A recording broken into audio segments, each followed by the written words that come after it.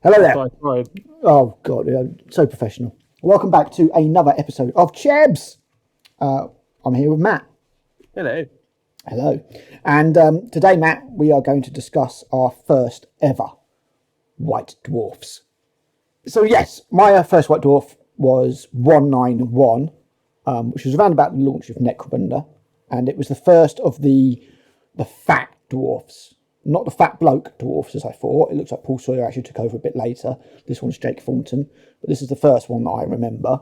Yours, however, beats me by exactly 6 years by the looks of things. 60 issues divided by 12 is 5 years. Yours is 131. Yep. So we've got PDFs of both of them, and we're going to discuss both of them. But before we do, and before we go on that lovely trip down memory lane, we are going to have a look at the latest news, because quite a lot happened over the last week. I think we're just going to discuss all of that, have a look. Hopefully, be enough time to get an operations on Space Marine 2 as well. For the win. So, kicking off the news, we'll start with what happened today. We had Lord Thorn of the Wold defies his Liege Helm Hammerhand in the Middle Earth. I mean, yeah, cool, whatever. These models are nice. I like them. They're slightly more animated style, but that doesn't bother me. I think that's a really nice model. It's Forge World, and yeah, I mean, I've got to say, man, the Middle Earth stuff they've been showing off has been really nice. Yes, it has. And it's refreshing to see Forge World resin again, because it doesn't have all the square caddiness. Yes, exactly. And that's the thing, it is really, really noticeable, in my opinion, to the organic nature of this figure, because obviously plastic, because of the way it has to go together, does sometimes have compromises attached to it. Yeah. So it's nice to have this really nice looking figure, and I know it's Forge World, and I know it's going to be pricey, but damn, man, that looks good. That is a nice miniature, and it's so far away from what we get in 40k at the moment. Yeah, good work. But what I wanted to mention here is that we've seen 7, 8 characters from this one so far, I think. Quite a few now. And not one of them has been the girl that seems to dominate the trailer. And looks like she's the one who's going to dominate the movie. So whether or not the marketing department in the trailers are pulling a fast one, or GW are just keeping her behind the curtains for now, as it were. But the trailer, I saw it again when I went to see Venom 3 on... Venom 3 might have the worst screenplay I've ever seen in my entire life. It's quite possible. I've never seen a film before that compromises its main story in the film. Oh. Like, there's a thing that needs to happen, and the only way that can happen is if something survives. So for some reason, the bad guys spend all their time trying to kill the thing. When they have an opportunity to not kill the thing, they try and kill the thing. And it's just like, what? And then at the end of the film, in the mid-scene sequence, something happens that literally turns around and says, right, the last 2 hours of film that you watched were a complete waste of time. None of it mattered. And I'm just like, what? It's appalling. I will be doing a review for my channel. It is recorded. I will be ripping it to shreds. No, seriously. I mean, there's fun bits in it. Don't get me wrong. There's a few bits here and there. Tom Hardy is still trying. He's doing a good job. The rest of it is so bad. So bad.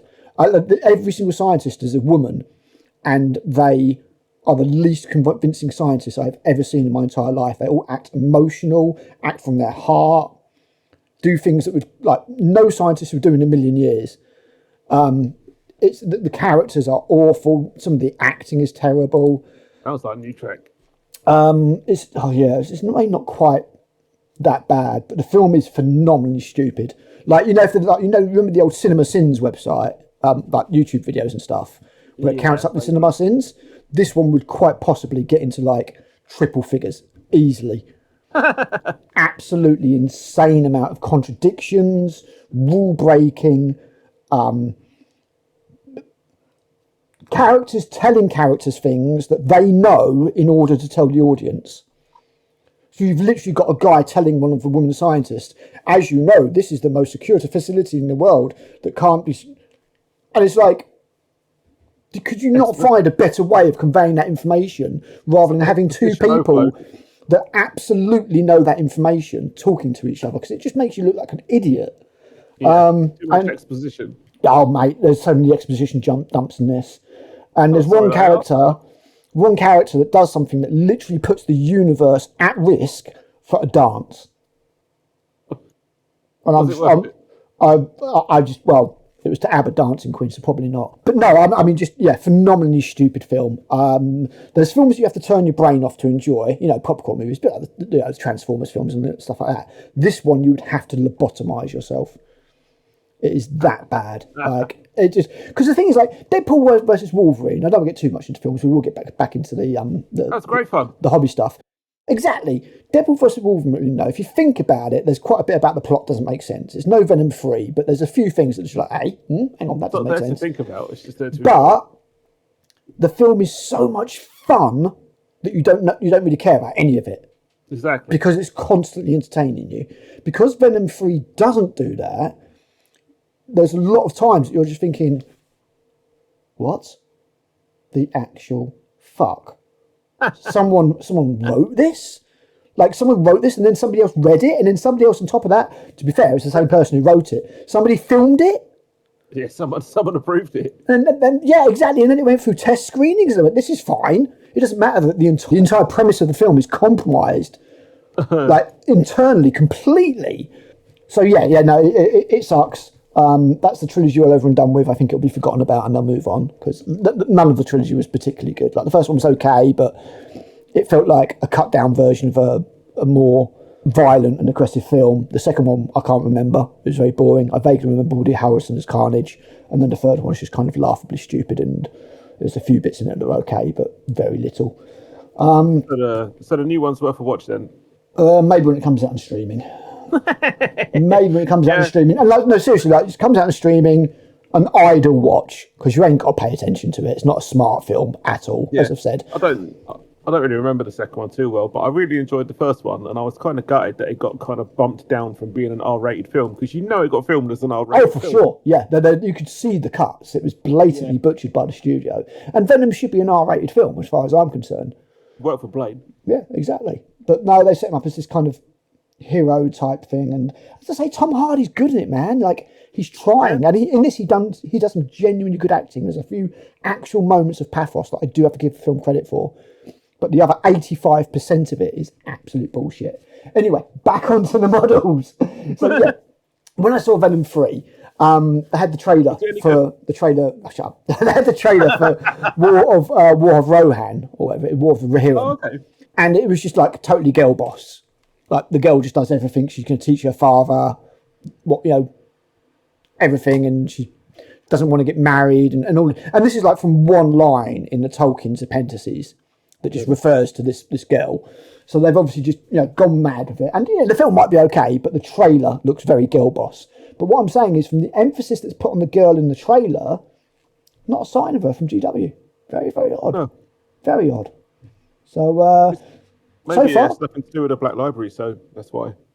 Yeah, I mean, I don't know. It's weird. And presumably she'll show up at some point because she's such a big part of the film, according to the trailers. But no, so far, Lord of the Rings, War of the Rohirrim, total sausage fest. Apart from a couple of lady plastic characters in the units that we saw. And maybe some female horses. Well, presumably, yes. I mean, there might be some mares. I don't think they're all stallions. But yeah, so that looked quite nice. And then on from there, we've got your free miniature, if you really want to go get one. I proper like that one. It's all right, yeah. I like the trench coat thing. It breaks up that horrible armour. It does, yeah, like the exosuit kind of thing. A lot more. Looks more like reminds more of the Necromunda ones. And I have to actually say, for GW, that is quite a well done face. Yes, it is. Like, that actually looks like a human face. Yeah. So, well done. Yeah. I mean, genuinely well done, GW. That's. And it's not bad mini. It's not bad paint job. You've got at least 2 levels of highlighting on there, and a bit of an attempt at texture on the coat. So yeah, if you want a free one of those, grab one of those, and if you spend 60 quid, you can get a red Gobbo coin if you really want one. What do you have to do to get a free model? Do you literally just go, I want one in the shop? And then you do. Some shops make you build it in there. Oh. I think my Nottingham one does. I've never bothered getting a free one. I think I got one for Kirsty once. She wanted a dark elf. Yeah, I think I got a sororitas for Bailey when they were new in plastic. But generally, you know, I don't really bother. I mean, it is a nice miniature, and you know, if I was going into, but I mean, I'm not a beginner. These things are designed for beginners at the end of the day. Yeah. You know, it's the idea is to get you in. You get your first one for free. They make you sit down and build it, and then they go, "Ooh, you know, buy some paints," and you buy nine, and you get one free, which puts them down to the price of, you know, discounters and stuff. So it's all part of a ploy. Don't get me wrong, but I mean, yeah, it's fair enough, isn't it? You know, you go in. The idea is you get your free mini, and then they'll try and upsell you on some paints or something once you put it together. But yeah, it's fair enough what it is. I mean, you can even get like free ones of these that you can go in there and paint. I just don't think they do the games anymore. So yeah, I mean, free mini, it's all right. I don't think it's particularly exciting news, but I'm still a little bit confused as to how they seem to have like a revolver style cylinder and what looks like a pump action shotgun. Yeah, I'm a bit like, what is it? Yeah. Do you load it? Do you rack the shotgun and it rotates the cylinder? Maybe, I don't know. Exactly. It's like, what? Surely there's a better way of doing that. You know, like a revolver does, where you don't have to actually do two actions to make it semi-automatic. Yeah. It looks cool. Rule of cool. Like, who designs this shit? Like, it's terrible. I think I've been watching too much Jonathan Ferguson reacting to stuff at the Leeds Armory on GameSpot on YouTube, where he just looks at things and he goes, "What the fuck? It looks awesome, but dude, what the actual fuck?" I think it's a fair point though, because it's like you've got the ones where Space Marine bolters have got scopes on them. Yeah, they've got fucking auto sensors in their helmets. So why wouldn't it just feed? Why would a Space Marine look through a scope when it's just going to come through his feed? Apparently so, yeah. Fucking dumb. But yeah, and you play Space Marine 2 and they kind of nod their heads down to the weapon when you aim it. And it's exactly what he said in his reaction to like the energy weapons in Space Marine 2. It's like, why are they doing that? Yeah. Someone told me they have targeting systems in their helmets, so why move your head when the weapon's aiming for you? Auto sensors and all sorts of stuff. Yeah. So and I was just like, clearly they don't have targeting. No, that's it, exactly, yeah. It's just auto sensors to stop them from getting blinded and a heads-up display for communications and status of their armor and stuff like that. Which you got to say, considering their helmet at all. Considering that Cole has invented grav tanks for the Space Marines, when we were told that grav tanks were a bit of a thing and you couldn't have them apart from a very few cases, you think he would have managed to put a scope camera in the helmet? But oh well, there you go. It does make me laugh sometimes. The Black Library stuff. They're like, like motes of dust bleated through the lamp beams from their suits, and I'm like, fucking really? You're 38,000 years in the future and you ain't got night vision. Yeah. Oh well, never mind. So yesterday we got shown what's coming out next, or at least we would if Warhammer Community's website would work. Fuck me, every time. Choppy stuff, choppy. So it's Underworlds. Ermagerd. Yeah, Warhammer Underworlds, Immergerd. I quite like the cover, not the box, the book. The rulebook cover, yes, it's a quite old school, isn't it? Which I quite liked. Yeah. But it doesn't matter because it's got horrible bright cards with loads of photography on them, and I'm not getting it. So, but I mean, they're coming out. They're coming out. Enjoy it. Exactly. I'm sure other people that love primary colours will jump all over it. We got shown off the new Red Gobbo, which is okay, but it's not. I've never really seen the appeal. It looks a little bit Soviet. Those aren't linked, by the way. I have nothing against Soviet stuff, but it just seems a little bit odd to me. Yeah, I mean, it's that side of Warhammer that they are showing off. It's cute if that's what you want, but I don't want cute in my Warhammer, so onwards. This I'm looking forward to very much. Fucking racist. Colour of skin doesn't matter, Matthew. It's more the attitude that goes with it. It's just because they can't speak English proper, innit? Well, I'm from Essex, so I'm used to that as well. So we've got the Melee set. About 2 years too late, but it is nice. It's got some cool stuff in it. Surprised by the amount of stuff you get in it. Like, they don't not stingy. No, I mean, I imagine it's 2 sprues. You can see the doubles. So you've got 2 of these, 2 of these, 2 of these, 2 of those. So it's going to be 2 sprues with half the stuff in each sprue. Yeah. Hopefully it's no more than 35 quid. I don't know yet. I did see a video that said it had the prices, but I haven't had a look at it yet. Hey. You scrolled past the good stuff. Look, You scroll past, they've reintroduced the big boys. Yes, but they're old. Nobody cares. But yes, you can get the old templates again if you want them. Yep. You got the 10-inch pizza plate, and you've got The 4 barrage one, yeah. And the Hell Blast? No. Jesus Christ, that's going to bug me now. I've had it for ages. White Dwarf, don't care, and then a load of books that I also don't care about, and that artwork shit. Yeah, the limited edition's okay, but yeah. I don't know, blue and orange are not colours that work for me, but it's better. My Eldar would disagree. Exactly. It's probably why. Fucking trauma. And then, some books, some audio books coming out. You can get the Beast of Rises. Horror collection that's good. Kind of tempted by that. I'm eventually. The Genevieve set would be good. The old school. Very old school. Didn't know they'd done audio books of those. That's quite cool, actually. Might be worth having a look at. And then some books for the other countries in Europe. Our foreign chums. Indeed. Underworld's Battle Report and Lawmaster's Tales. So stuff that you can get on YouTube cheaper for free. So next thing to look at, Fugan. And I found out what happened behind this dude. Apparently somebody made an order and they got instructions for Fugan in their box. Just randomly. Somebody's just put them in there on purpose to leak it, or someone's fucked up, because I don't know how you just managed to get the instructions and nothing else in there, but that's what happened. That's how Fugan got leaked. P45 for someone. Indeed, if they can work out who it is. And yeah, he's nice. He's nice, man. It's fucking awesome. Good update. It was my first Phoenix sword in metal, so I'm really pleased that he's got such a decent upgrade in plastic. I ain't saying glow up; it's a silly term. But it's particularly apt for a fire dragon, Matt. Yeah, looks awesome. Glow up. Look. Fire. It's glowing. Just like the Avatar. No, he's nice. It's nice. It's a nice update on the armour.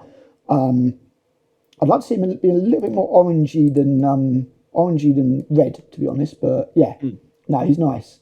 I like details in the back. There's nothing about this model that I don't think I like, apart from the inevitable 30-odd quid price. So yeah, no, I think it's a good new version. They haven't gone mad. They haven't tried to reinvent the wheel. He's very much like the original. Yeah, I've got mine next to me in my glass case. Looks great. I think that's a really, really good job. I have a little dragon on his belt, actually. I hadn't noticed that. So that's kind of cool. I wouldn't do it in metal, because for me, Eldar don't have metal, because they use Wraithbone. Yeah. So none of my Eldar would have metal on them. Dark Eldar would, because they don't use Wraithbone.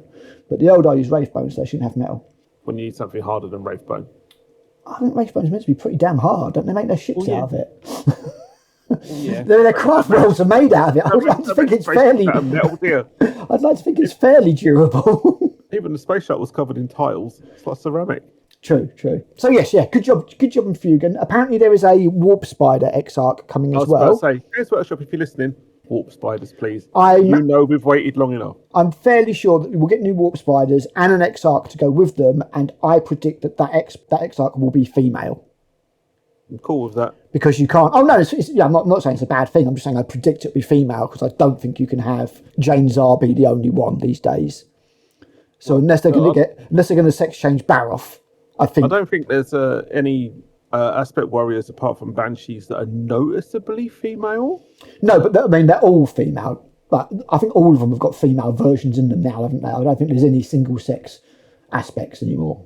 I'm not sure. Not allowed these days.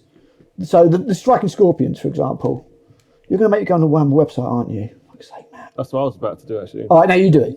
I like that. I like your plan better. You go and look, and I'll put the picture up on the video, because I don't want to look at that website. I dug up my Sisters of Battle. Not my Sisters of Battle. My Sisters of Sigmar. Even though I painted them, and I know I painted them 19 years ago, because one of them is named after my niece, and she was born 19 years ago, more or less. And I was looking at them, and I was like, these are the best faces I have ever painted. Like, I think I might have actually regressed with my painting in the last 19 years. makes me quite sad. So these could do with a little bit of a glow up, but just from the highlights could be increased a little bit. I did put pictures in the previous video, but as I'm chatting about them again now, while you get the Striking Scorpions, I'll put videos in them as well. That squat model that's free is out of the Kill Team. It wasn't a separate 40k unit. No, it's from the Kill Team box. Termination, I think it was. Yeah. So I did my sister's Sigmar warband and just gave them all different girls' names. And one of them I remembered was named after. It's quite funny actually because I noticed when I was taking the photos together, and I've never noticed this previously, that for some reason I have 2 lilies. I don't know why I would have 2 lilies. I don't know if that was an error on my part, and I just didn't realise because I hate repetition, like in models and things. I love repetition normally. I'm very much like that. But when it comes to models, I like them all to be different and unique, which was impossible with some of the old Sisters of Sigmar models anyway, because they were the old metal ones. And if you wanted to convert them, then you need like a degree in engineering. Huh. But yeah, I've got Shala, Teresa, Agatha, Katrina, Hera, Beth, Claire, Lily, Bonnie, who is my niece, and then Alim. And Alim is the old Anur Sword of Twilight that was given away on the front of the White Dwarf that came out with Mordheim. Okay. So an actual metal model on the front of White Dwarf. And I painted him up. So yeah, I'll stock some pictures up. So if you've not got those bloody pictures yet, Striking Scorpion, Striking, in the search bar. But feel free to try it. They ain't called that. They're called Blades of Cain. And for fuck's sake, really? You're kidding. No, you're not tricking me into going on the website. But it doesn't surprise me that the search function doesn't fucking work. I've had to have a gander on like Google image search for sprues and stuff. Oh, you know what? They won't be on the website, Matt, because Kill Team's been relaunched and they haven't been done. Amazing. Although some people do have thingies of them from when they were previously launched. Okay. Yeah. From what little brew pictures I can see. How bigoted of GW. Unbelievable. And outrage. Yeah, absolutely. I'm sure the 5 people on Twitter will be extremely vocal about it. Oh, I don't know why they put that in there. We don't care about that. We've already talked about that. One Heroes came back to nobody caring. And I've got to say, these models in particular are...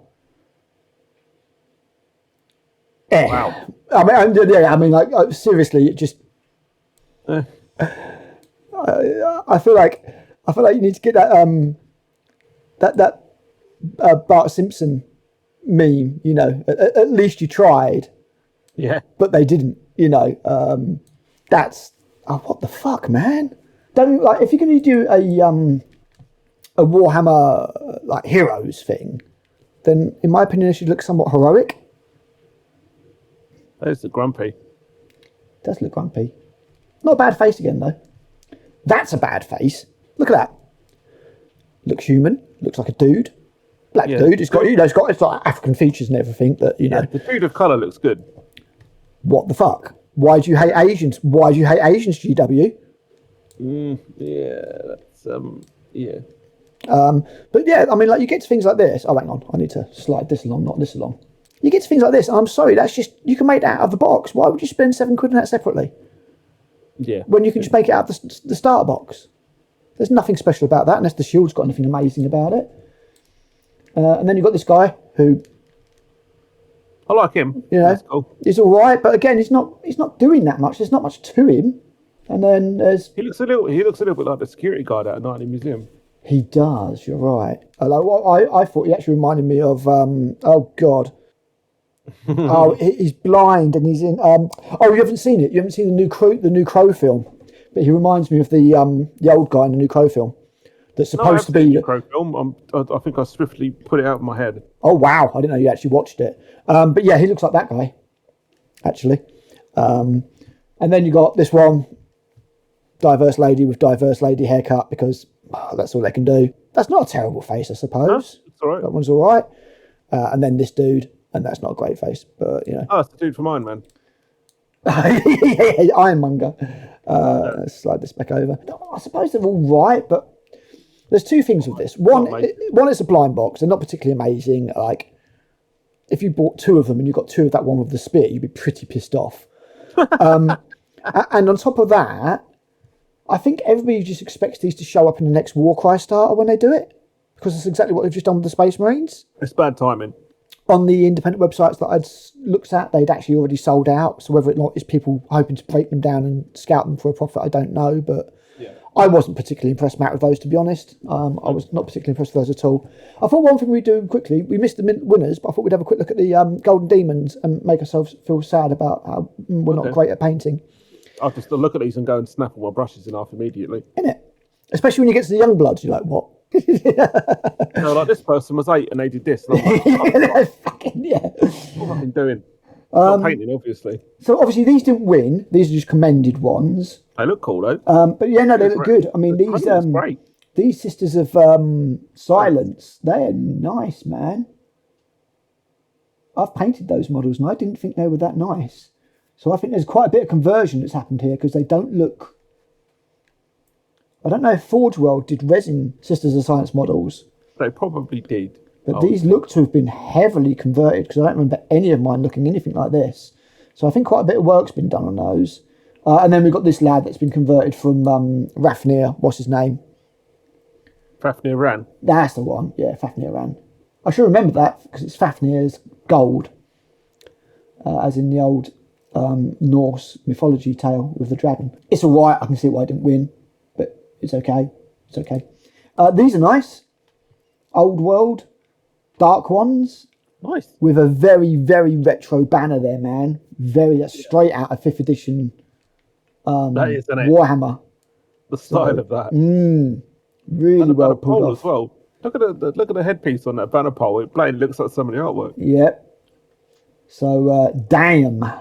By George, damn. But, yeah, they're nice. I like those. I would love to see more. See more angles of those. And then we've also got a really nice stone troll, which is more stone than troll, unfortunately. Yeah. But it's just nicely done. It's nicely pulled off. And this one, little Tomb King, again, very nice. I don't think that's a good model, but I think that's a nice paint job on it. It looks a bit chonky, to be honest. Polished a turd. Good. And then that's nice as well. That looks like the king from the Army of the Dead. It is the king from the Army of the Dead. Good job. Yeah. And it's nice to see some... I know my stuff. Nice to see some names that you wouldn't expect to see. Again, Mohammed at Mehdi. That's not something you see often. So, good job, Mo. Yeah, nice one, Mo. That's really, really cool. And then you got this one. I thought this was really good for Blood Bowl. I was like, oh man, probably should have got a bit... Can't remember what won, but that's really cool. That is very good. The little squirrels up there having a good time with their flags. And that one's got a little he's got a little pointing finger fist on him. And this one's cooking over the chimney. Pablo, you robbed, mate. That's awesome. Good. That's really cool. And then a nice I can't remember his name now. Something called Orky. He's Black Orc, isn't he?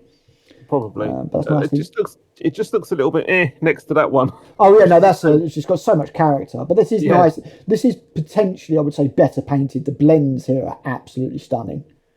I need to look this one a bit closer. It's a bit further away, but that's cool. And then you've got this is a Necromunda Exo Squat. Yeah, I sold mine to Stu, but yeah, I kind of regret it a little bit. But little bit plays Necromunda the most, so you'll get more used to it. A little bit airbrushy in places, but quite nice. It's a nice design. The pink's very striking. And then you've got this Escher bike with the cloud, which is quite well done. You can see that's how it's supported. But I've got to say the other thing, Escher thing that won, which is like an Escher bike that had stopped with an Escher next to it with the Escher cats was better. So I think the white one there. And then you've got this one, which for a Legion Imperialis thing should actually be illegal.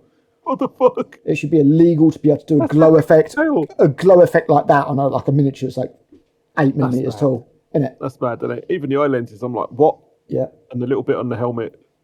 Really, really nicely done. And then you also got the typical AI flyer.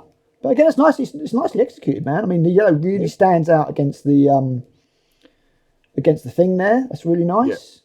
Good choice of colour. Yeah, and this one's nicely executed as well, to be honest. I mean, these little highlights and blends, I mean, they're difficult to do.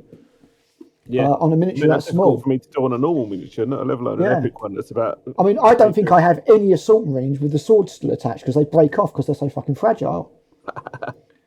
And I'm a klutz. But no, they're nicely done. You can see he's done a little bit of carving here and there as well. Yeah, camel, very good. So yeah, very good. And then we've got the Duels. This one's by Andy Wardle. He's a well-known dude. You've got I don't know if he's actually done this deer and sculpted it completely himself, or what? Or it's It looks good though. a model, but this is a conversion of the model from Cursed City, I think. Can't be sure, but that quiver looks like it's a model of the elf from Cursed City, and they put a new head on it. It might be. So that's very nicely done. And you've got this one, which unfortunately is a very small photo, but that's going to be awesome. And that's I can't make it any bigger, sadly. But that's going to be Ostrath versus whoever the hell that is. But that looks pretty epic. That's like the bestial Soulblight. Yeah. Magnus Nilsson, pretty sure he's won stuff before. It's very smooth, but as you say, it's a little bit too clean. He has got some nice texture. Nice texture on the armour though. But this looks pretty standard. I expect to get a bit more of a glow and maybe a little bit of very faint OSL on his legs there. So yeah, it's not that great, but that's awesome. That is pretty damn good. That's really cool, man. Interesting colour of Ultramarines. Yeah, it's the kind of desaturated blue that I go for, but I think he's put a little bit more green in his. Yeah. So yeah, no, I like that. That does kind of look like one of the art covers come to life. It does. Yeah, you've got a Striker Prime sitting at the top. And the clever, the awesome thing about this is it didn't cost very much to make, because it's like it's not even half of the Leviathan. It's not even half of it. It's like, I think it might even be. You might be able to actually make that out of the starter. I'm not sure. That's a good frame though. It's nice. Yeah, it's very nice. So that's it. We won't bother looking at the winners right now because we've got to get on. But yeah, no, yeah. I think the winners are just making us more sad, to be honest, Matt. So yeah, next.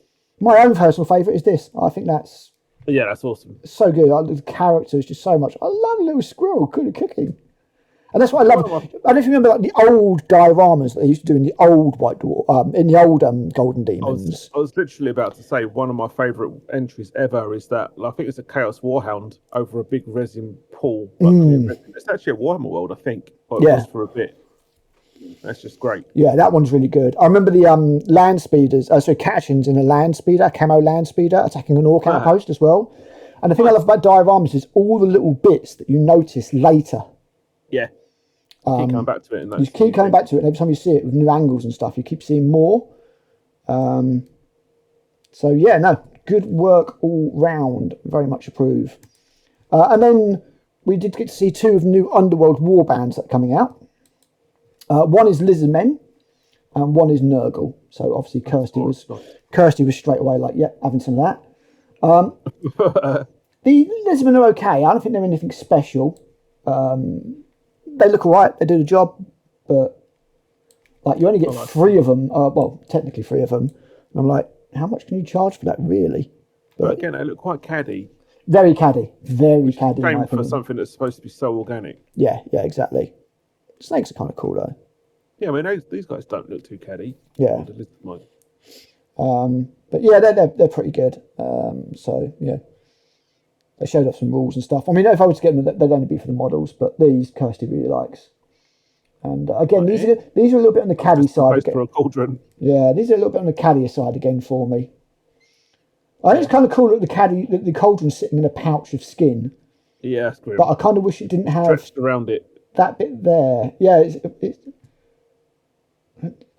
think you need that bit there to keep the cauldron in. It's not his foreskin, is it?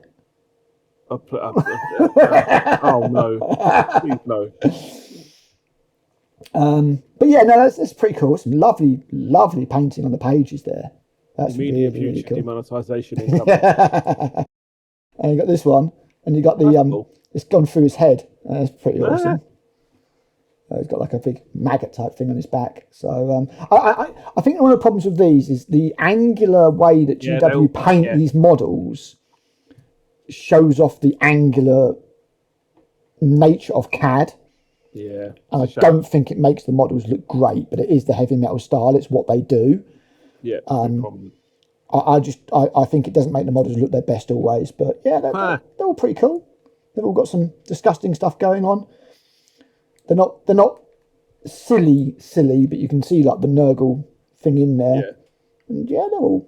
That one is proper old school. Like I expect that one to be somewhere in the Lost and the Damned book. Yeah. And then you've got a little fly to add it off, which again, it looks unfortunately very caddy in 2D because it is probably like a one-piece model. Or two, and it's just two halves. Maybe, yeah, it could be. I can't see. Like saying that, this is blatantly a fucking 3D print anyway, but I can't see in it on there anyway. But yeah, so they're coming out, and yeah, they're all right. So they've shown off two nice model sets there, but I still can't handle any of these cards. They just look terrible. I know they're trying to save money, but not a fan. Not an improvement. Not in my opinion. Right, so that's all out of the way. There were actually, though, a couple more things that I did. Well, no, I'm going to do a separate video about that one.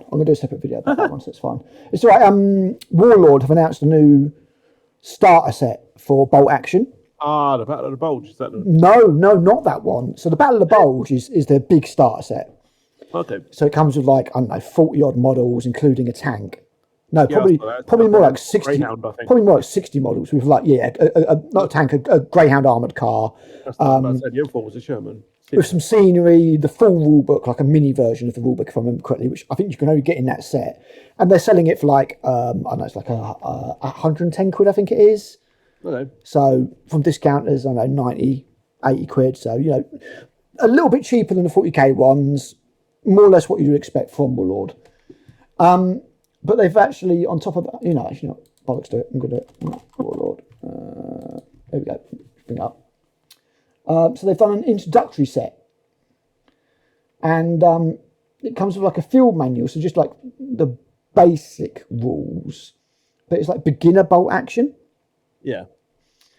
So it's actually got like, this is the first time that Warlord have ever done instructions for putting models together. Not bad. None of the boxes come with instructions. Don't know if you know that. Oh. So the models they're Warlord. They're okay. They're heroic scale. They're not the kind of thing that's ever going to make it into like a painting competition, in my opinion. They're all right. But you get like 24 dudes, a plastic house, and then the box turns into like a bunker type thing. You get your dice bag, you get a little ruler and your tokens and everything you need. And the price for this is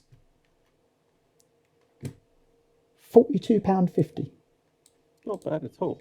Which I've just realised you can't see on it because of the stupid thing. But if I slide it over a little bit, there you go, £42.50. That's it. So, yeah, I mean, that's not bad. Again, you don't have to get it from Warlord. It'll be, I don't know, maybe a £5, maybe even up to 10 quid cheaper from independent retailers. But if you wanted to dip your toes into Bolt Action, which is a very good system. Pretty isn't it? Was it Rick Priestley or was it Alicio Cavatore? I can't remember. It was one of them. Does it say? No, it doesn't. It might be Rick. I'm not sure. But yeah, if you want to dip your toes into it, I guarantee these two fake actors. That lady's enjoying this. She's never played Bolt Action in her entire life. But yeah, you got little Matt. You got the building and everything, and no place to be discussing little Matt. Thank you very much.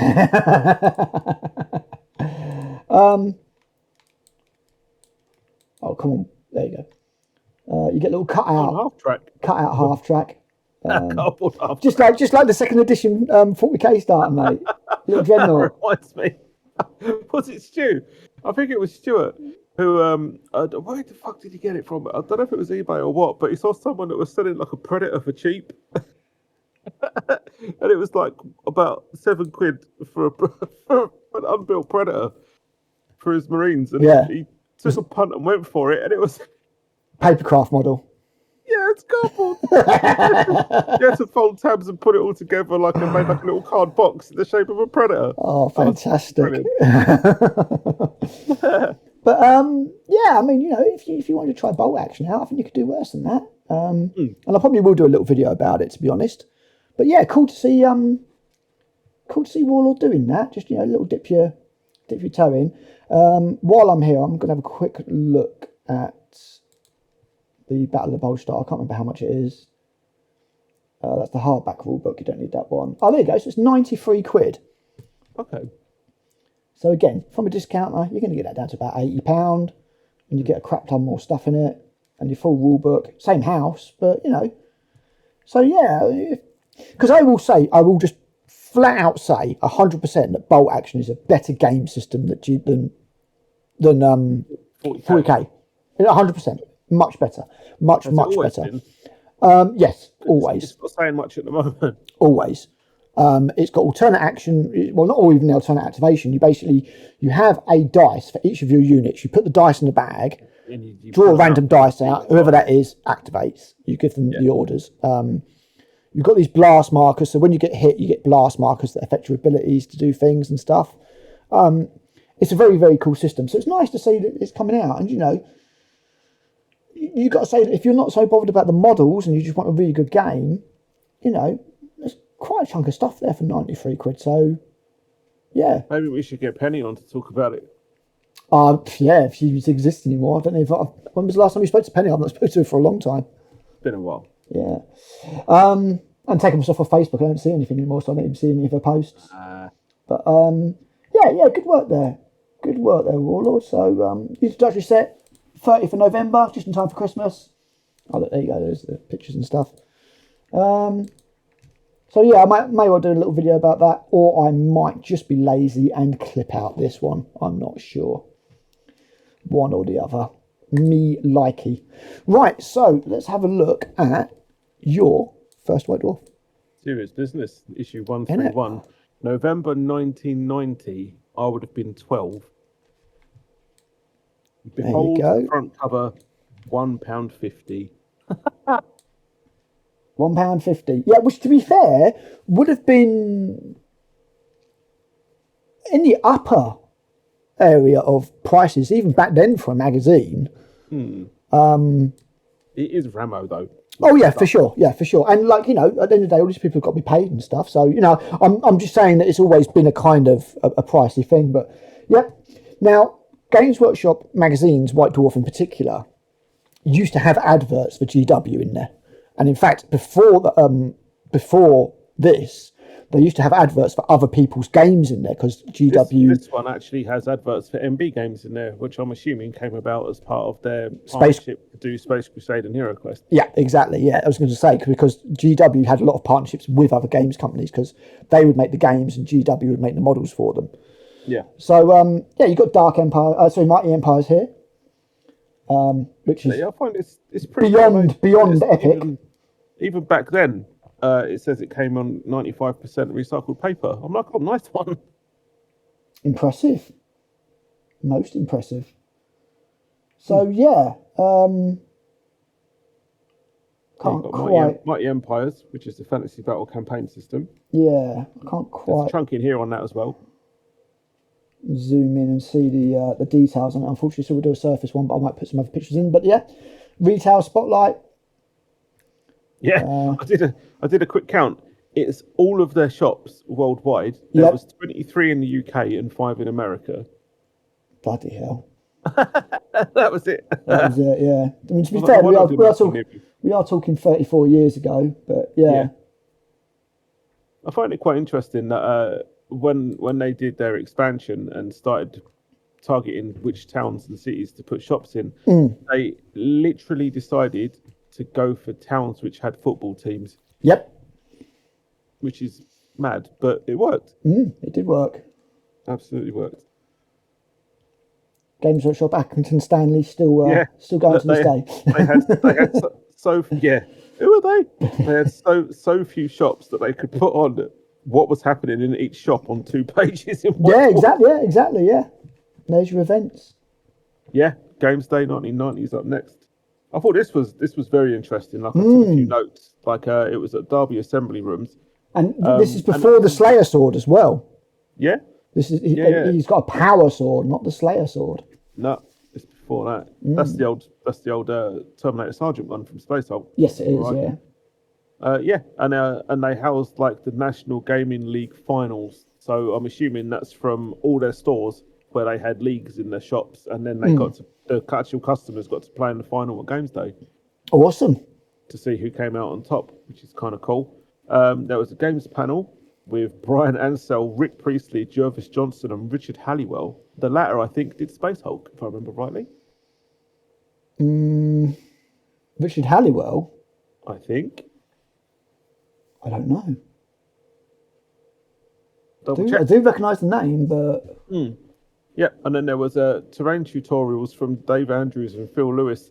How to scratch build terrain for Fantasy and 40k, which is certainly not quite what they do these days. Not quite. And from what I remember, Dave Andrews is still working at GW to this day. Jeez, really? He must be the oldest, longest serving. Must be. He was certainly working for them a few years ago because he was working with Ben.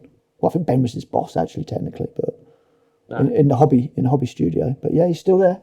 Still there. So along with Jez, probably the longest serving. Damn. I'm just doing a quick look into Richard Halliwell.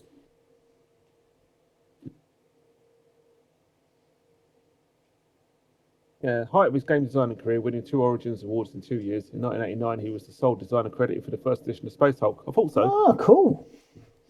Is this the first time we saw this piece of artwork in White Dwarf? Oh, sorry, First ever? time I saw it. It's the first time I saw it, and it's amazing. Yeah, such a cool piece. It's absolutely amazing. Such a cool piece. And then it's got like the 2-page story from King. Bill King, yeah. You can get in this in your first White Dwarf like I did. I'm like, how can I possibly not find this all awesome? In it, exactly. Yeah. Fantastic. I've got to be honest, I felt the same when I read my one. So we've got a spotlight on Fraser Gray here. And there's just some cool... That old Chaos Dreadnought. Yeah, man. You can 3D print that these days. I've seen one. I still like those Eldar Knights. They look damn cool. At the top there. Yeah. There's some nice painting there. Some of those colours are really cool. It is. I'm not too sure what that Chaos Renegade Zinch is all about. I'm looking at it and I'm like, what? It's like a flamer crossed with a Space Marine. Yeah, well, they did have more demonically kind of Marines back then, didn't they? Yeah. But I'm not sure, even so, if that might be No, it can't be a conversion. It's metal for a start. And then on the other side, you've got Eldar and Bretonian artillery, because those two things go together really well. Yeah, Eldar of their old fish head guardian helmet. Yeah, not bad. Very dark green bases, not goblin green yet. No. What rebellion is this? And then you've got all the old Space Marine epic Realm of Chaos rules. Yeah, Mr. Chambers getting stuck in. There's 15 pages of that. Flick. Advert for some books. Yep. And where to get them. Philip K. Dick. I think he wrote a few things that people know. Philip K. Dick wrote a hell of a lot of stuff that people have seen on film. A lot of stuff. Quite a lot of his stuff's been turned into film, actually. I liked Paycheck. I think that film's underrated. Nice. There's like, Minority Report? Yeah, obviously Blade Runner. Yeah, just a few. Just a few. It's one of those poor chaps that didn't do too great in his own lifetime, and then after he died, everyone was like, "This is amazing." Everybody started to appreciate him afterwards, yeah. And then Brian Lumley, who I think did Necroscape. He 100% did do that series because I had it next to my bed for ages after I read it. Oh wow! I didn't know you could get this stuff back then. Yes. Because when I had it, it was Bulldog Buckles, I think, or something. Bulldog are the ones that did mine. Yeah, that's what I've got. Quilla and the Crux Terminatus. Yeah, I've got Crux Terminatus. I've got the Sergeant Crux Terminatus on a keychain, I think. But not on a keychain. It's a belt loop, but then you attach a chain to it. Do you know what I mean? Yeah. Nice. Belt buckle for 20 quid. Damn. Christ, you know what? I probably didn't even pay that when I got one. So to be fair, those are cast in solid brass. Mine certainly wasn't cast in solid brass. So that might explain the price a little bit there. But as we say, they had adverts back then to raise. Stax did. It's not too far away, actually. I don't think he's still going. No, unfortunately. Never know. And then yes, as I say, just loads more. Army list. 15 pages. There's loads. Loads of stuff. Came out an expansion book after the fact. Little Jimmy would look at that table and his head would explode. Can't handle it. Columns, rows, It's, no. to be fair, it's all kind of similar to Legions Imperialis now. There's just less Yeah. rules. Well, we So went on about specialist games long enough last time. It was getting kind of embarrassing. And we went on even longer than that the first time round that we recorded it. So yeah, 3d6 plus 4, 1d6. Causes great panic. stuff. Great stuff. Look at all this. It's just Attachment commando. awesome. Panic tests. Predator Terminators. Cornerstone, Inch Nurgle, Undivided. Chaos Squats. Ooh, they went there. And then tokens to cut out and stuff like that. And look at this. Look at this, boys and girls. When they did openings of Games Workshops, they had sales. Yeah. Actual sales. Percentage off vouchers to buy stuff. And also buy two, get one free, which is how I funded my second edition second edition Eldar army. Dark Eldar didn't exist. I've got all 3 boxes there. I've got both of those books and the Space Marine box behind me on the shelf. Oh, nice. Pictures or it didn't happen. I expect Oh, you to send me a phone picture later. All right. And then stuff like this. You know, how to convert your own battle wagon by Yeah. some bloke who sadly got cancelled. Yeah, I actually put it on there by poor old cancelled Cottrell. Dear oh dear. Can't go making jokes about women, unfortunately, these days. Sadly not. No. Got cancelled. He'll never get to do anything public ever again. Tony Cottrell telling us how to make a gobsmasher. Dear oh dear. Yeah. We like you, Tony. We think you do good work. Yeah. Tony, you're awesome. We care not for your cancelizations. Yeah, my notes say cancelled Cottrell targeting diagrams. Right. For use with the vehicle. New ones come over cut out of his face so that feminists can throw darts at him. No, he was anymore now. That's all over and done with, isn't it? I think it's that he just didn't appear on previews or in front of camera again. That's it. Job done. I mean, at the end of the day, he's an old chap. He just didn't think there was anything wrong with it, but there is. No. It's as simple as that. Sadly, there's some things that you just can't say these days. It's as simple as saying that. Saying that angry exes do a thing, and I'm like, I don't think it's anyone who's angry exes. I think who's had an ex-girlfriend knows that it's true. Yeah, exactly. This is the thing. That doesn't really, I think somebody said why are the Eschers all women or something? And he said because they're all bitter and angry or something like that. Yeah.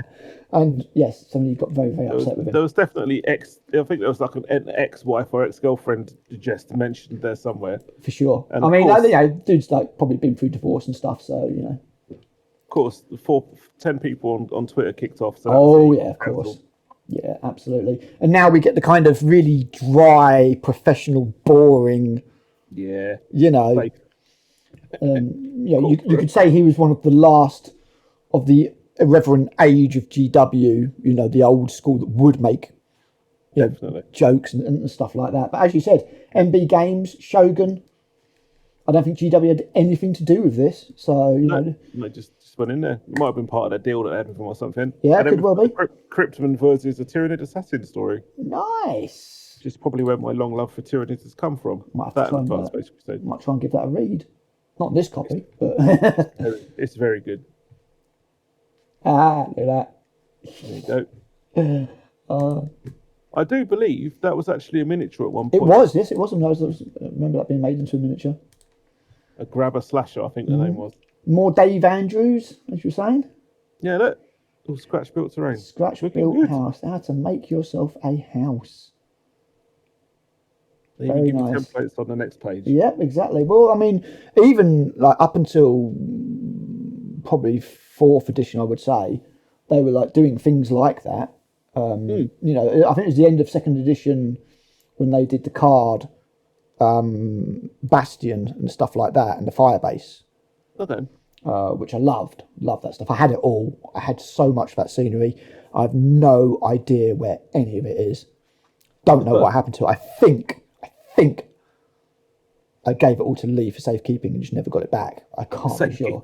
Yeah, it doesn't matter. I mean, at the end of the day, I don't play games, so I don't mind him having it or anything. But yeah, I had all of it. I love that stuff because it was all made of the Necromunda plastic bulkheads with card inserted into it. Nice. So yeah, how to make yourself a townhouse. I mean, it's nice and simple. Check out that Advanced Space Crusade Tyranid Warrior. Dude, so cool. I love those dorky plastic models. They're great. Yeah, even those scouts, I'm like, what the fuck was going on? Yeah, yeah. Check that out. Look at those sus doors. Isn't Look at it? them. Isn't it? It's a sphincter. Get yourself in there. Yeah. Oh, that's cool, man. But that might be the first time I have ever seen that. Actually.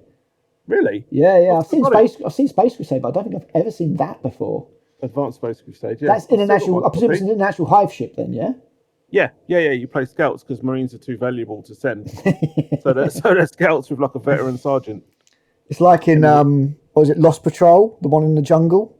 Oh, that was a fucking nightmare. Where the scouts have no chance at all. Steelers, are you kidding? It's absolutely ridiculous.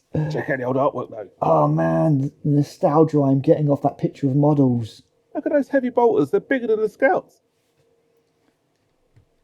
Oh, dude. That is so odd. You've cool. got the Ultimate Warrior Sergeant there on the left. Look. Yeah, isn't it? Yeah. And the spindly, waspy Tyranny Warriors. An Ultramarine, apparently. Left spitters, though. Very decorated Ultramarine for a scout. I don't think he's an initiate. Which one? This guy at the bottom right. The bottom right? This guy here. Oh, him. Oh, he's a sergeant. That's why the sergeants were veterans. Yeah. To keep the young'uns in check. Fucking hell, he's got more bling than fucking Kanye West.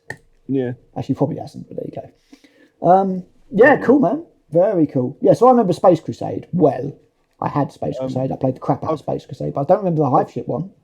Yeah, I've still got my Advanced Space Crusade. It's all done with D12s. Which is cool. It took so fucking long to play. I've never finished a game to this day. Yeah. Again, poor little Jimmy's face. I'm kind of tempted to try it out again with modern miniatures. I'm sure I'd look a lot better. Yeah, do it, man. This looks like another Jim Burns piece to me because he was quite famous for using. He's the one who did the one that used Al Pacino's face in it, the Dark Angel one. Dave Gallagher? I'm not sure that is. I do think that might be Jim Burns. It's written next to it. Oh, I can't read that.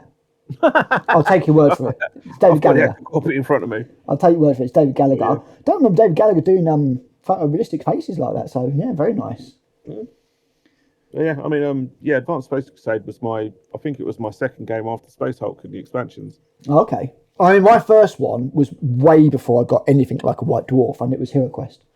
My dad picked up Hero Quest. A lot of people of our age probably started with Hero Quest. Yeah, sound off below, guys. Did you start with Hero Quest, or did you start off with Space Crusade? I got a new one. Never had the original one. You never had the original Hero Quest? Oh, Jesus, no. Man. Oh. No. Yeah, we got that. Look at that Chaos Terminator Captain. Still got mine. So this dragon here, I have, and I painted it as a gift for my now dead grandma.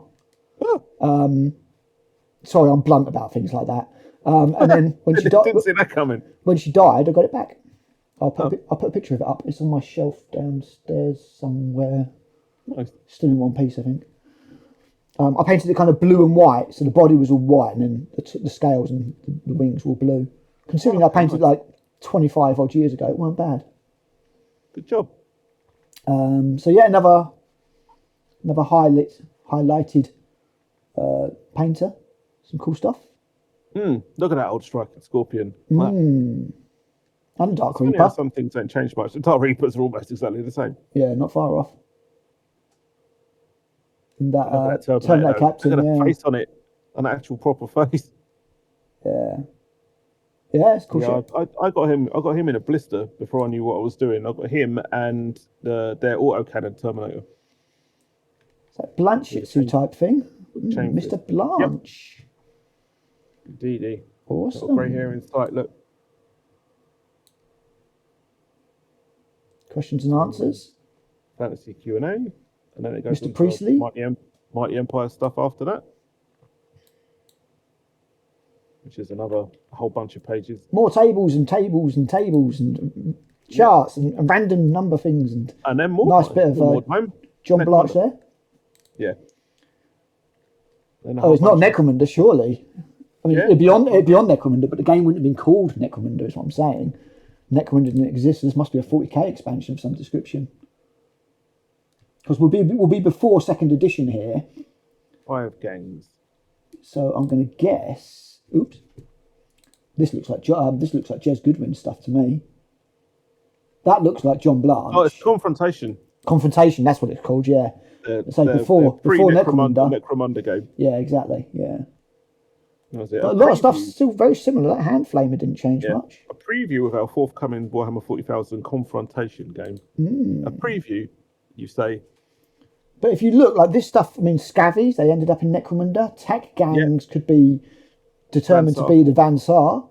I think a lot of it carried over. So, yeah, very cool. Go look at that. Muties, yeah. Psychers, or Weirds as they end up being called. Yep. Nomads. Nice. Other cities, mutants, psychers. And then at the back, you could order middle models individually. Yeah. Some of which are still in circulation. I was going to say, yeah. Well, actually, I don't think any of these are. No. Don't think you can get this X. I haven't got replaced by the plastic one, but yeah. Yeah. Reaper of Web of Souls. I'm sure if they still get those. No, I wouldn't think so. Greater Demons. Yep, £3.99. Ridiculous. Isn't it? That's I've still crazy. got one of these laws to change somewhere. Yeah, I was going to say, I think I might have one of those laws to change. I also had the old goat-headed Keeper of Secrets. It was fucking awful. Is it in here? No. No. And then the horrors. Horrors. And then Plague Bearers at the back. Nice. And little Nurglings. Oh, yeah. Those would have been metal, wouldn't they? Yeah, this all would have been metal and potentially lead. Yeah. And then, more adverts for other places in Nottingham.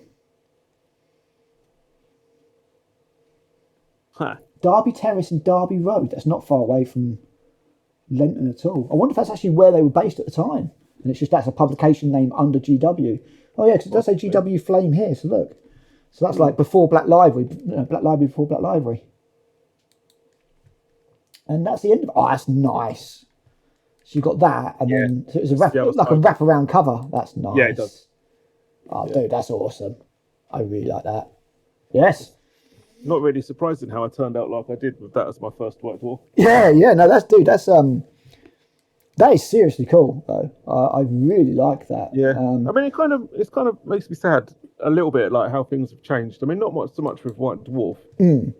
So much, but like when you look at like their games day, they had all those old school names on a games panel, which I still remember from some open days from like not 10 years ago. Yeah. You had like two dudes showing you how to put terrain together. You had Mike McVeigh and some heavy metal guys doing the painting. And you had like John Blanche, Steve Tappin, Paul Bonner, Kevin Walker, Adrian Smith, and Mark Gibbons doing like art shows. Yeah. Things like that. And you just don't really get them anymore. No. Like, I'm not too sure why. That individualistic lockdown, kind of went in the bin. That individualistic nature of things has just been taken away. They don't want celebrities. They don't want names. They just want which is the wrong way of doing it, if you ask me. Like, because I agree.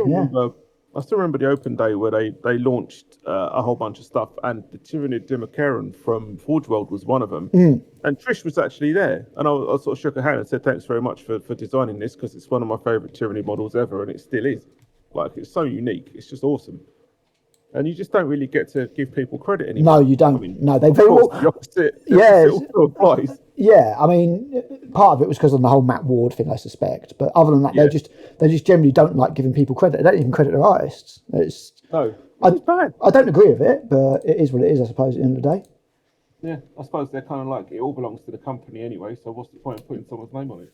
Yeah, and I don't like that, but no. Again, maybe it protects them from an IP perspective. I don't know. I mean, they're a big company now, so yeah, it probably it stops them from having nonsense like what happened with the Fifth Chaos God, whose name completely escapes me at this point, where someone designed a Fifth Chaos God and it got kind of they started to put it into a bunch of stuff, and then he left the company and took the property with him. Oh right, okay. I mean, that's why Malekith's gone, because Malekith was taken from Marvel. Malekith is a Marvel character. They just made a character in Warhammer based on him. And Marvel got there first by far, which is why you no longer have Malekith, you have Malerion. Because they need to make these changes. So Malice, that was it. Malice was the Fifth Chaos God that they had. Oh, okay, cool. I didn't even know about that. Outcast God, Lost God. Yeah, it's like his demons were kind of sort of a little bit insecty and a little bit mantis-like. Okay, what was his deal? Because obviously Slanesh is pleasure, Khorne is war, Tzeentch is change, and Nurgle is disease. So what was Malice and Steel? Anarchy and terror. Okay. Basically. I mean, most of the others cover that anyway, to be honest. So I can understand why he's a bit superfluous. Yeah. But... And he had like a Sons of Malice traitor legion. Okay. Cool. But yeah, it all kind of got undone really quick when the guy who owned the IP just took it with him. Yeah, well, of course, yeah, exactly. You don't want to pay him or anything. So, interesting. Well, this is my first one, 191. I can't see it now. You stopped sharing. It should still be sharing. I didn't stop it. As it just stopped itself. Is Discord just being a bit of a prick? Yes, kicking off. There we go. Hooray. So, 191, my first one. The first of the Fat White Dwarfs. This was the month after Necromunda was released. So 190 had the cover from Necromunda on it. This is the issue afterwards. So let's have a look. There's going to be quite a few changes from the ones we've just looked at. Mainly more colour. It's doubled in price in 5 years. To be fair, it's $7.99 now. So yeah, unless you're a subscriber, and it's cheaper than that. But... So yeah, let's have a look. So yeah, different style. Why would they do the front cover and then the back cover? That's a bit random. I hope the rest of it's in order. It might be to even the pages out if you do a double spread. Ah, yeah, that makes sense. So yeah, we can see that the models are still of the time. You know, there's not been a massive change there. This would be maybe 3rd edition fantasy, maybe 4th, but I think it's 3rd. I never did fantasy, so it's lost on me. I think it's 3rd edition, and then Necromunda with those old plastic Goliaths and Orlocks. Oddly enough, still got goblin green bases. What are you doing? Yeah, no. Second edition was all about the goblin green bases. Yeah, but how much goblin green is there in Necromunda? They is there didn't even any grass. They didn't care. They just went full hog. And the cool thing about this is these aren't the Necromunda bulkheads or terrain. So this is clearly stuff that they've kind of mocked up before to test the game out or something. Nice. Because none of this is what you get. And they've used a resistor here. I think that's a resistor. There's a barrel. That's a capacitor. There you go. And then... Malal was the one. Malice. His Warhammer name was Malal. Malal, yes, I remember that, yes. Chaos God. So here we go. Jake Fulton was the editor before Paul Sawyer took over.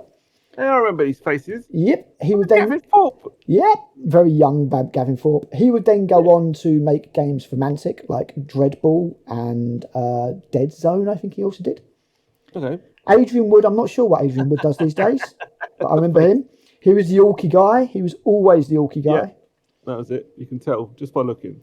And then Gavin Thorpe and Ian Pickstock. Bloody and Steve Anna stuff. Wow, look at that. Look at that. I recall the names of those last two. Baby, yeah, they weren't. I mean, like Adrian Wood, I'm not sure if they do anything to do with the hobby anymore at all. Obviously Gavin Thorpe has again gone on to do games and has games coming up and stuff like that. And there's obviously an author, which we should be covering soon at some point. Yeah, I'll try and get in touch. I mean, Trench Crusade Kickstarter launches tomorrow. I'm going to do a video on that. Oh, nice. And then once that's out, oh no, more money. Yeah, innit? It's already an expensive month. I was at Chessington at the weekend. I've got Damnation next weekend. I've got a gig after that. Yeah. It's like, please stop. Why? Dark Tranquility, yes. And then and Moonspell, I think, isn't it? Dark Tranquility Moonspell? Yes. Yeah. Looking forward to that. It's going to be good, man. We were looking at. Oh, no. I was saying, the Trench Crusade Kickstarter goes live tomorrow. So I'm going to do a video on that, showing what's available, giving my thoughts and stuff like that on the campaign. And I know Thomas said there will be stretch goals and things as well. So I'll do a little nice promotional video for that. The least I can do after Thomas made, time to talk to us so much. Definitely. And after that, I will start looking at future things, including talking to... Genesis. Yeah, Zero Genesis. Let's talk to Gav and Mr. Chambers. You're my favouriteest game designer. So Andy's on my Facebook, so I should still get Matt. We got Andy in, and I'm just going to be like, yeah, Matt, you're very quiet. So yeah, we'll try and drag them in, and I'll have another go at trying to get hold of James as well. I'm probably going to try and get hold of Gorcho's, and I'd like to play all of his GW games before I have a word of him. Mm. So yeah, going on. Here's your contents. Mr. McVeigh working hard. It all looks terribly colourful. Yes, we did start getting to lots and lots of colour at this stage. Lots and lots of colour. New Warhammer 40,000 Assassin. So as you can see, it was still split up over their different games and stuff. Mr. Vitok, even back then. Jeremy. My 6th edition Dark Angels, so thanks. Getting stuck in. And just quite a lot of cool stuff. You can see how it's moved on a little bit, but it's nowhere near the corporate polished thing that we get nowadays. It's still got a lot of irreverence, a lot of silliness, a lot of like sort of little rivalries and things. Silly faces here between Rick and Gav. So there's your sort of news. And back then, they don't do it anymore, but back then you used to get prices. You used to get all the month's releases and prices for all of them as well. Because they did they didn't do like weekly releases back then. It was kind of monthly releases. I got it all done artist. Yeah, innit? The size of it on top. Just topple over like a cow. So yeah, cool stuff. Epic, Warhammer. I'm impressed that there's 3 of them. There's only 2 these days. A young Jervis Johnson there. Fuck me, isn't it? Yeah. And then Necromunda was the big release. So this was all your things. So your gang of Goliaths cost you a tenner for 8 models. To be fair, they've not really put the prices up on those too much these days. They're what, 25 quid now? 33. For a gang of 10? Okay, I'll take it back. Yeah, 33. But you get 10 now. So it's gone up a lot. But I mean, but that's how much the box of models was back then. And when you get blisters on top to fill out the numbers of Juves and then your leader would be separate. So your one leader model would be £2.75. Yep. Not quite like the 28 quid you pay for a character now. So yeah, they're playing loads of Necromunda, and you've got your different houses there, and then Outlanders was your supplement. The first and only, so it says first. I don't know if they had planned more, but that was written by Mr. Chambers, and then Warhammer Out on the Road. Oh no, it's not this one, but there was one a bit later that is a very familiar Games Workshop that I ended up working at. So yeah, as you say, sort of the things that are going on in the stores and stuff like that. The Citadel Journal that I just found PDFs for nearly all of them. The chrome lettering used is so 80s. It's so awesome. It's so Transformers logo. It's so metal, and we're going to be doing a episode. I've got after we finish this, while we're playing Space Marine, I'm going to throw a few episode ideas for you to write down, and one of them is metal and Warhammer, because the two, although not these days so much, back in the day, records. They were intrinsically linked. It's just an excuse to talk about bolt throw, isn't it? Absolutely is. Right. Anyway, Warhammer Quest, the old Warhammer Quest. I still don't know why they don't just redo this as it was. They would make millions. Absolutely millions. I don't know why. And then it was Codex Imperial Guard for a tenner. This is what, the 2nd edition? This is 2nd edition, yeah. So we're mid 2nd edition at this stage. I've still got that model. Nice. I've still got these models. Still got the old Eshers. And then a little advert, as I said, they'd stopped doing adverts for other people's games at this stage, but they were still doing adverts their own instead. Their own stuff instead. So this is an expansion for Warhammer Quest. That probably goes for about 300 quid now. I'm not even joking, mate. A copy of Warhammer Quest, like 600-700 quid. So I don't understand why GW won't redo it. Maybe they don't own the rights or something, but absolutely insane. It would make so much. They could bring it out, launch it at 200 quid, and it would sell out day one. So new assassin with rules from Mr. Pickstock. Bright primary colours everywhere. Yep, it's not quite absolutely everywhere. Yet. No, Grimdark would come in 3rd edition.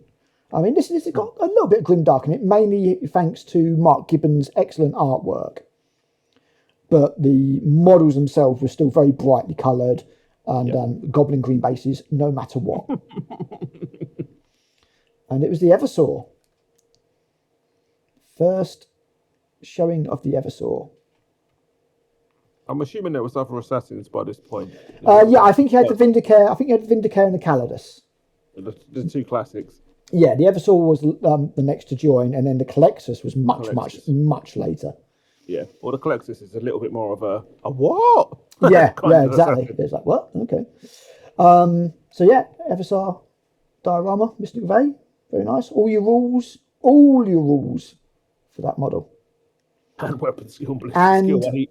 the version, I was going to say, you got me a physical version, which I was very, very touched by, of my first ever White Dwarf. And my one, and I will take some photos, has got the card stock in the middle. So it's got the Warhammer Quest treasure cards. It's got the Eversaw's War Gear cards.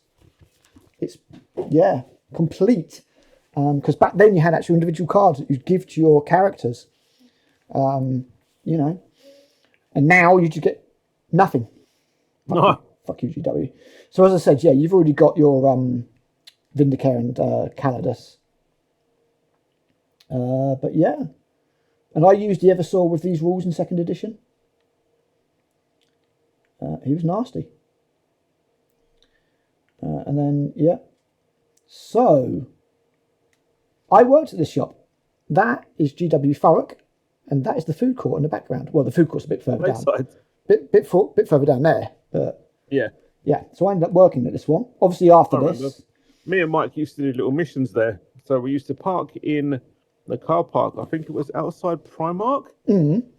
And we used to scurry into Primark, not stare at any of the women's underwear and stuff, because it was all weird. Scurry in, up the escalator, come out the first floor exit of Primark, up the next escalator to the food court, and then bang, hang a right straight into Games Workshop, get what we needed, and then scurry back out again, straight out to the car. Would I have been working there at that time?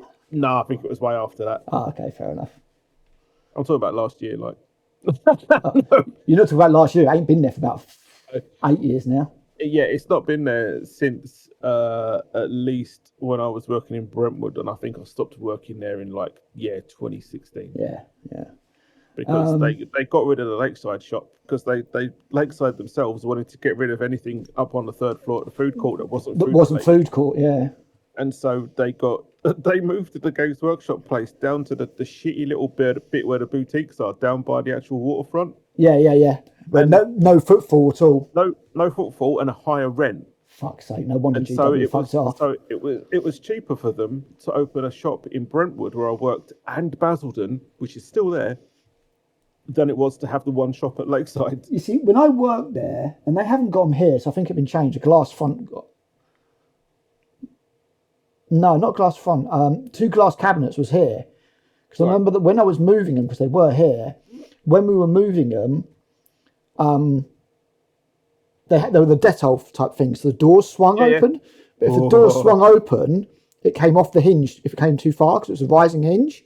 Yeah. And the last words that I said to Les as we moved the cabinets were, Les, watch the door.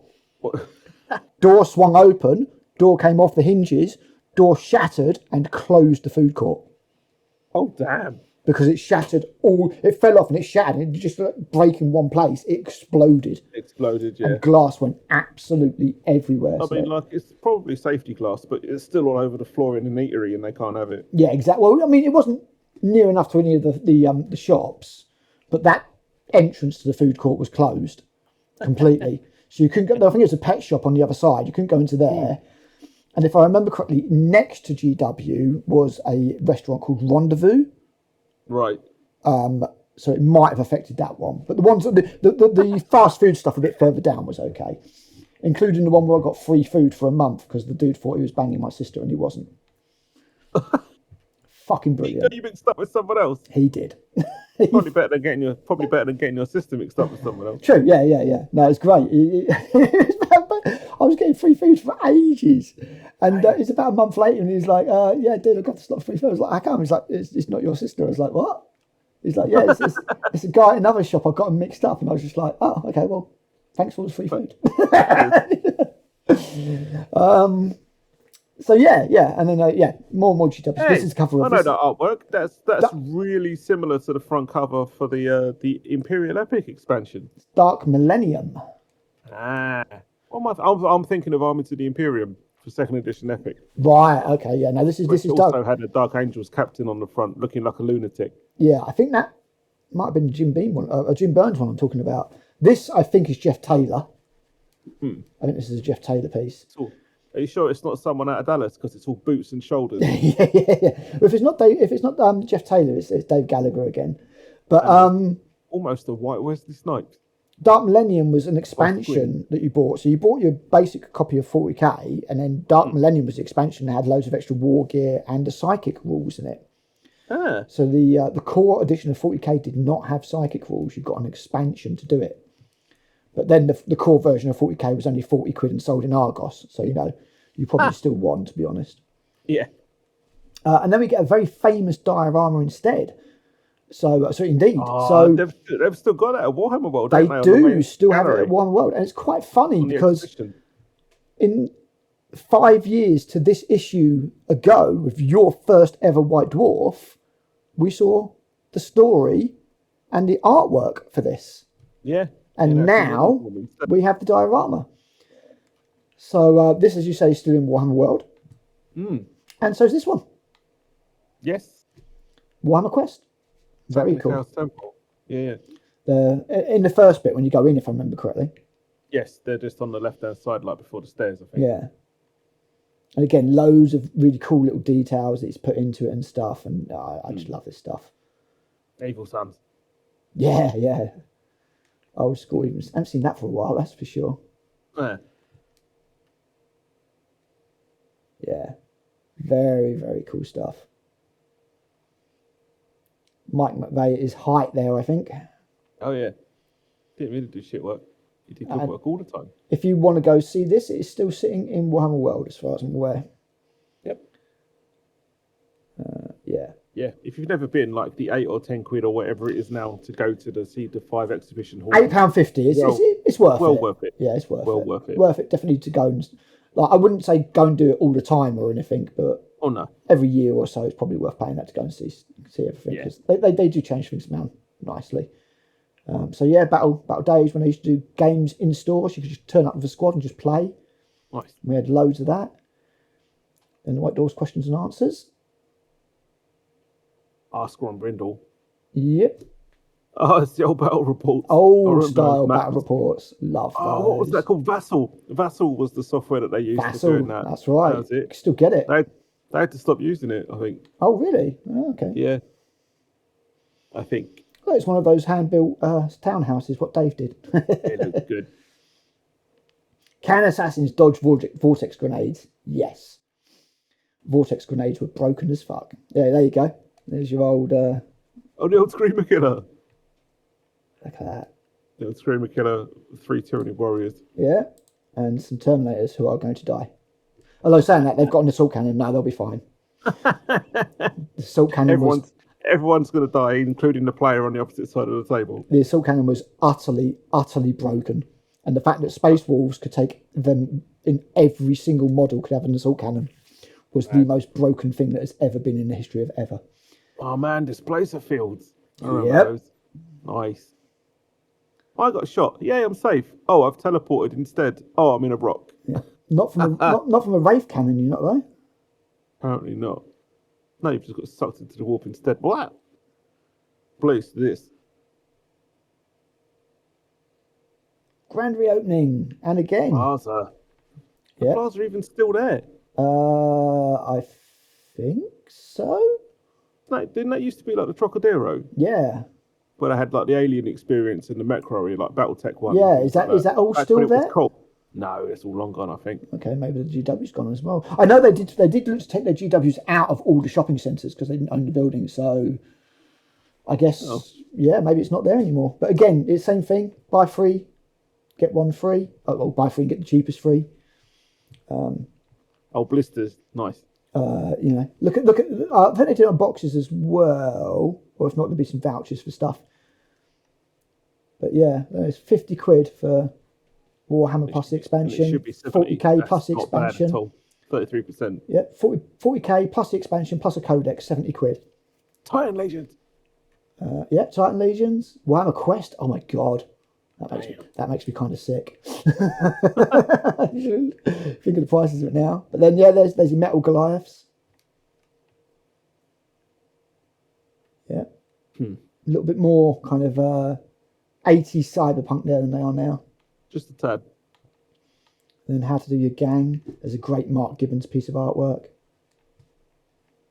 Though the idea of gangers running around with las cannons was a little bit silly. Okay. It's like you've got one, and it took you 20 years to save up for it. Yeah, exactly. Did take a long time to save up those credits, but it was so much fun. On the first mission. Then your heavy gets killed in the first mission. Yeah. Oh shit. Shit with it. I still remember when Ben captured my Escher, and he never got round to it, but his leader got a head wound at the same time, and he said he was going to sculpt brasserie onto him, and like he's going to say he nicked it from my Escher leader, and he was kind of like cross-dressing and stuff. Oh, the trouble he's getting into these days for that.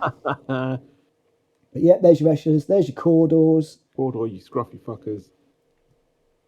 No bomb rats there though. No bomb rats. Not yet. And impossible to convert. These are one-piece metal models.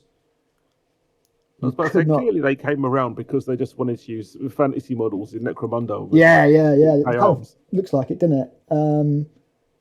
But yeah, these are impossible to convert. That gun is part of the body. You could not convert it. So yeah, your Wolseley stuff. John Blanche piece there. That's very nice. Redemptionists. That plasma pistol. Oh, fun facts. One of my mates, I'll have to send you the link when I find it. One of my mates is interviewing Pat Mills. Who? Pat Mills, creator of Slain, Hookjaw, Charlie's War. Did loads of stuff for 2000 AD. I was about to say that's 2000 AD. I'm going to see if I can get in on the interview. I don't know if I can, but... That'd be cool. Let's see if I can, because I'll just talk his ear off about Hookjaw. Got banned in the UK. It's quite this great big great white shark that went around killing people. I remember you saying it just eats everyone. Yep. Awesome. Total pulp, but awesome. Oh, then Jeremy V's on there. No, very bad copy scan. Bless him. Fantastic. Dwarf Tactics. Stand there and shoot. That was Dwarf Tactics. Pretty much, yeah. Good old gun line. Waddle about Dakar stuff. Look at all the bright colours. Fucking epileptic seizure looking at all this. Just so different to what you get now, man. Yep. But again, all your tactics and stuff like that, it's all there. Is that their fire thrower that they had? Yes, it is. Including the bellows to be jumped up and down on. That's it. Yeah, it's so cool. Confused with the halfling soup cannon. No, not at all. And then the Dark Elves had all of these. And that book there had a higher nipple count than the Sunday Sport. I don't get that anymore. Oh, no. What I got to say, you got the Sonic one, Hellfire, and Nova cannons. Yeah. You still got the Sonic one. What's the other one? I think the other one now is literally just like a giant transport. And look. I don't know which ones they are. I think they might be the Subjugators. Are they the Subjugators or the Hell Scourges? There's not a Hell Scourge, because I think those are the ones that I keep saying that they based the new... Oh, okay. Maybe it's the Subjugators then. Stuff on. I think those are Subjugators. Yeah. You got the Manticores on the left. Look at the Plague Tower. Yeah. And then Gav gets stuck in with some Northern Artists, along with another... I don't think that is John Blanche. Looks it. I don't know on that one. Might be. With the good old Adeptus Mechanicus cog. Even back then, 30 bloody years ago. Yep. Oh, look at the old Gargants. Yep. Basically a stomper now. I was about to say, are they Stompers? Yeah, the Stompers. Gargants were a bit bigger. Because you got Stompers, Gargants, and Great Gargants. And I was so disappointed when I saw people talking about Great Gargants in White Dwarf. And then I was like, yes. And I was like, no, they're actually just big giants now for AOS. Yeah. Not what I was looking forward to. That's definitely John Blanche. Definitely. Golgotha. Poor squats. Before he got squatted. That's right. And then unsquatted. So yeah, all cool stuff. Again, tables. Look away, little Jimmy. Look away. Melt your brain, melt your brain. But yeah, bright colours, pennants everywhere. This is back in the days when like every single leader in second edition had a banner. Yeah, boss bolt. Gaskell Fracker had 2. Go off. Mr. Blanche again. Then Evan Metal Masterclass from Mike McVeigh. Doing good. Questions and answers for that. Awesome.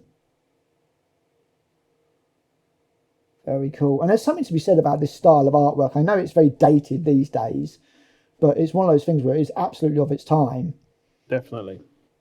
And there is something really cool about it. I do. There's something, I don't know, there is something I just really like about it. Not so much edge highlighting. I think that's what I think about. I think that's what I like about it. Like the heavy metal style now is just all edge highlighting all the time. Yeah.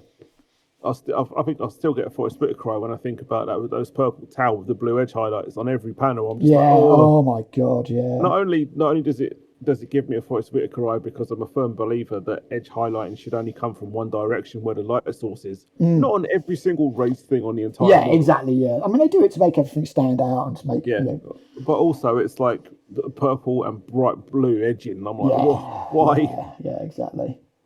I mean, like respect for putting the time in to really thinly edge highlight every single fucking panel. But look, Matt, C.H.E.B.S Dwarfs, the hats aren't big enough. The hats aren't big enough. The hats aren't big enough. Don't tell Brian Ansell. Story was great. From the Perry twins. It was too funny. Awesome stuff. I remember when the C.H.E.B.S Dwarfs had an army codex. I think that was the cover for it. There's his full army. And that was it back in those days. That was the Stillman method. You'd get your army, you'd make it 1,500 points, you'd never touch it again. That's it, you were done. You had that army, you learned to use that army because there weren't 5 million different choices. No. So you just generally had one of everything and just learn to use it. Well, to be fair, that's probably why they binned it. Like, people aren't buying new stuff. Yes, exactly. Yeah, that's it. They want you always buying new stuff. So these are the new metal captions. I've got a load of these. Heavy bolter with a couple of wheels. Still. It's like a wheelbarrow with a heavy bolter on it. Yeah, it's like Rambo sat in a lawnmower, isn't it? But yeah, all metal models. I've got at least a few. I've got that one. Definitely got that one. Might have the flamer, I'm not sure, but yeah, loads of those. Smallest plasma gun I ever did see. Well, they're only Imperial Guardsmen. They should have smaller ones. Yeah, same power though. Yeah, why not? If it melts, it's going to melt you just as well. And then tanks, a little bit about tanks. Limrush Demolisher, pretty new at that time. And again, GW is still focusing at this time on the new stuff. These are still technically very wordy adverts for stuff. That's not, it's not, beat about the bush. That's what this is.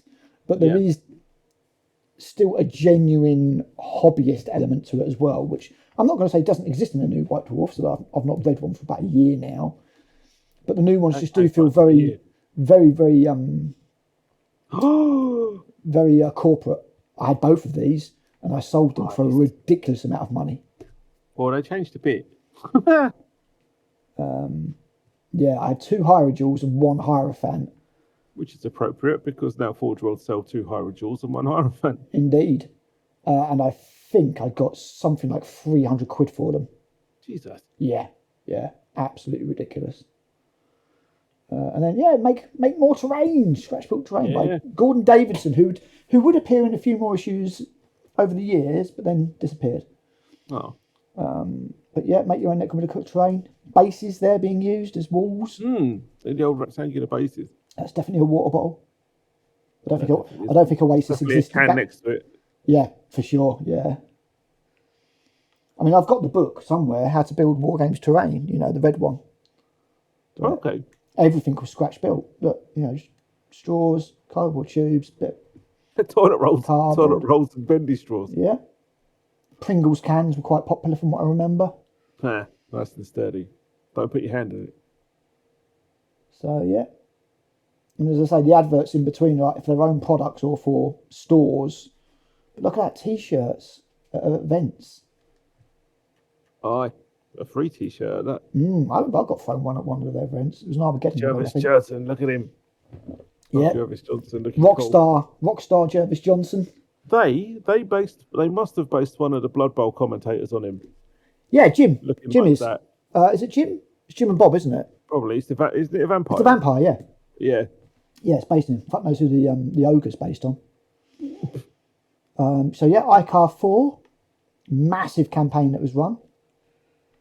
Absolutely huge. Back in the days when they used to do campaigns and they used to affect what happened next. Before they started retconning it when it went the way they didn't want it to go. But yeah, this is. They haven't mentioned it in a long time, but this was a big part of the lore for a long time. And you had the different dudes. I don't think this one had so much fan hobbyist participation. I think this was just one that they ran themselves. Yeah, just like studio stuff. Yeah. But yeah, just loads of dudes with long hair, mostly. Just playing games and stuff, you know. It's just They definitely employed a type. Oh god, yeah, absolutely. We can laugh as two dudes with long hair. Indeed, still. Some of the quality on these pictures is a bit of a shame. I don't know if that's Edge doing that or what, because I don't remember it looking like that the first time round. It might be Edge. Damn you, Edge. You thought I had a use for you. I should never have used you. Should have left you rotting in my taskbar where you belonged. You should be able to download that somehow. And you just open it in Acrobat. Yeah, I mean, this is opened. No, this is opened from a file that I've got. So. Okay. I'll just try opening it something else. Yeah, it's probably just Edge. But yeah, there's your campaign. It'll resolve next month. Another little advert for stuff. Oh, he looks so stupid. You would have said to his face. Yeah, true. One quest. Another awesome Mark Gibbons piece. Look at that. That's good, and he did very good characters. Yeah, amazing. He did another vampire, didn't he, with a wolf? He did, yeah. I remember reading the Ultramarine and Tyranid codexes, and like that was just all of his artwork just jumped out at me, all of it. He's selling loads of print out of that one on my old bedroom door when I was a kid. He's selling a load of it off now, unfortunately, and we will go through the codexes in time because I'm not planning on getting rid of GGG anytime soon. But yeah, as we can. Yeah, well, you know, presumably you're going to be alive for another 20 years each. Imperial Griffin, do you even still get those? No, that's gone. Yeah, Griffin's well gone. I suppose it got replaced by what? The Medusa? Yeah. Bombard? Yeah, Griffin. And then one of your classic battle reports. Oh, more tables. And there's your sheet for Necromunda. So you'd have the name of your dude and what he was, all of his skills, and then your injuries and stuff that he was carrying.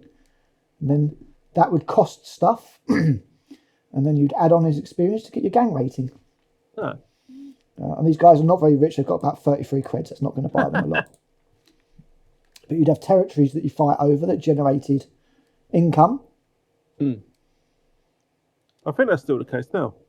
In modern day. Hopefully, I really should check out Necromunda sometime, but I don't think I'd get Kirsty to play it, really. So she wouldn't be interested in the Esches. Are they too girly? I just don't think she'd be. There's no Nurgle or Orcs, so I think she just wouldn't be bothered. Yeah. But yeah, that was how it works. Oh, these guys are even worsely off. One cred. One measly cred. That leader's on the verge of being killed. Bankrupt. Yeah. Well, there was a challenge rule, I think. Like if you rolled something like one of your guys challenged the leader. Right. And you had to make them fight. Because back then, like the rules for Necromunda were crazy. You rolled. So this guy here has got where was it? These guys who suck. One attack each. Like these Goliaths. There you go. This guy's got 2 attacks. So you'd roll a dice for each of your attacks. Yeah. Then you would add your weapon skill to the highest. And then your opponent would do the same with however many attacks they had. And then you would compare to see who got the most hits. You got +1 for charging. If you rolled a 6, you got +1 to your roll. If you rolled a 1, then you took 1 away. Sorry? Did the second edition do that, or was it third? It's exactly the same combat rules for second edition. Gotcha. Yeah. And they then got used again in Shadow War Armageddon. Nah. That might be where I'm remembering it from. Yeah. Before they did Kill Team again. Before they did Kill Team again, yeah. So yeah, here's your Necromunda game, and again, these aren't using any bits. Those are, I think, yeah, those are the bulkheads from Necromunda. But the rest of it seems to be scratch built. I mean, this is plastic hard, you can see that. Yeah, these are the bulkheads. So this is, they do look like the buttresses. They've probably just been painted over or something, which is a bit weird. But and then, as you say, the old vassal deployment. You could see exactly what was going on. Yeah. At all times, and how screwed people were. Man. And it was a good battle report, man. I love this. I love reading it. They don't do battle reports like this anymore.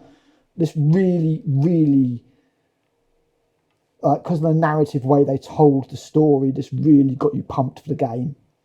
Nice. Because it was telling stories. It didn't matter. There's not going to be a dice result in here.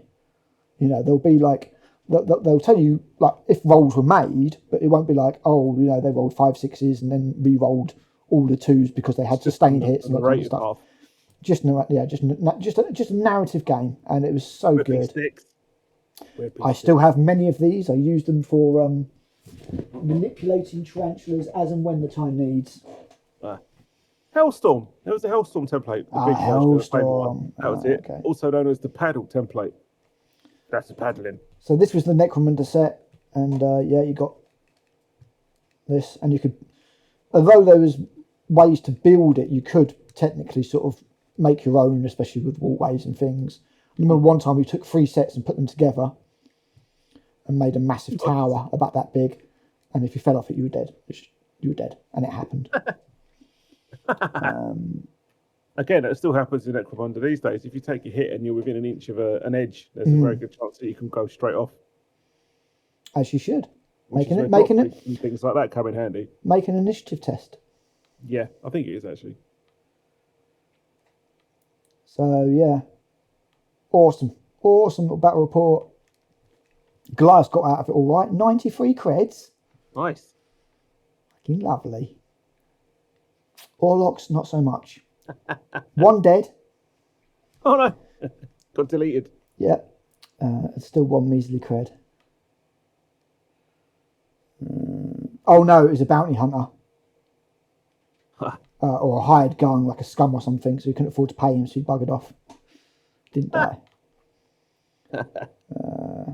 Yeah. And then, yeah, the mail order, which had moved on a little bit by then, but you could get all the stuff and the prices are there. And if you wanted to get individual models, you could do. Awesomes. Very, very awesomes. Oh man, I filled out a few of these over the years. I bet you did. Yeah, cool, man. Very cool. I've got a collection of these catalogues I found PDFs for as well if you want me to check them over sometime. Yeah. You'll just make me sad more than anything. Yeah, true. I don't know, I like these nostalgia trips sometimes. I really do. Yeah, look at that. Oh, so that must have been the inside front cover then, that one up there. And this is the back cover. So many bright colours. Oh, it's a bit random. Warhammer Quest.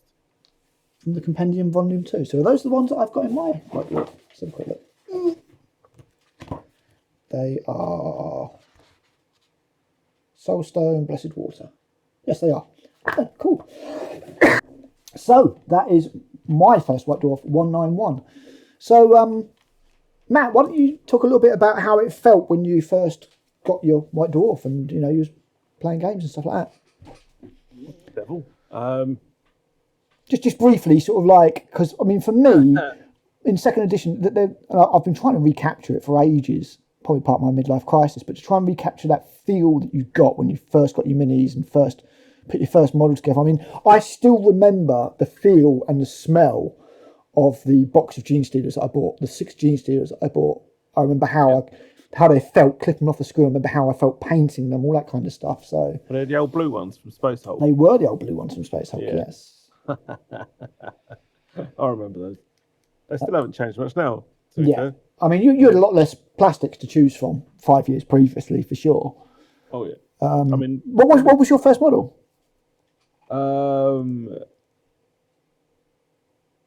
I think it was actually those two Chaos Terminators. Okay. I didn't have a clue what I was doing. So I grabbed those. I was like, "Oh, Terminators," and I got them. And then it turned out that I got rules for using Chaos Terminators in Space Hulk in the Space Hulk Compendium book. Okay. Came soon after, so that was quite nice. Cool. But it was those I had the Terminators and Tyranids plastic box to go with like Advanced Space Crusade and Space Hulk. I had the actual Terminator box with the metal Terminators in it, like with the polystyrene tray. Oh yeah. I love those polystyrene trays. I used to make buildings out of them. That's cool. I still have a very soft spot for those old metal Terminators. In fact, I still have some of those polystyrene trays because I bought a load of second edition Tyranids recently. Well, not recently, a couple of years ago now. They're supposed to be painted by now. They aren't.